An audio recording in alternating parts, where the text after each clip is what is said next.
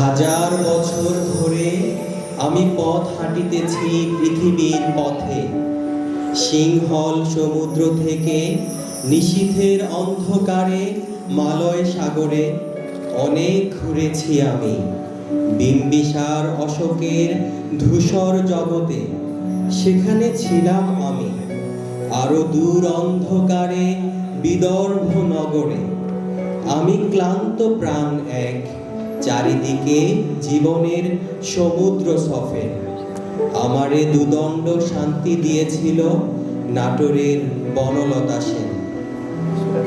চুল তার কবেকার অন্ধকার বিদিশার নিশা, মুখ তার শ্রাবস্তির কারুকার্য।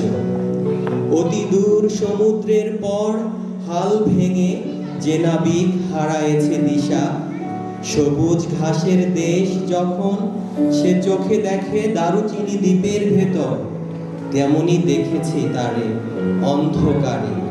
বলেছে সে, এতদিন কোথায় ছিলেন? পাখির নীড়ের মতো চোখ তুলে নাটোরের বনলতা সেন। সমস্ত দিনের শেষে শিশিরের শব্দের মতন সন্ধ্যা আসে। ডানার রৌদ্রের গন্ধ মুছে ফেলে চির। পৃথিবীর সব রং নিভে গেলে পাণ্ডুলিপি করে আয়োজন। তখন গল্পের তরে জোনাকির রঙে ঝিলমিল সব পাখি ঘরে আসে। সব নদী ফুরায় এ জীবনের সব লেনদেন।